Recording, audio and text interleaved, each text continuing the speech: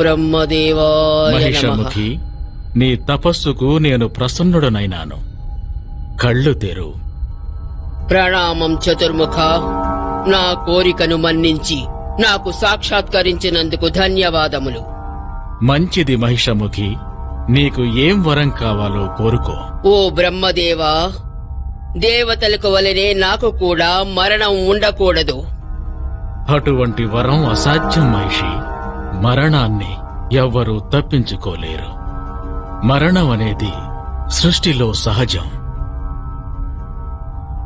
కాని నీకు నేను ఒక వరాన్ని ఇస్తున్నాను.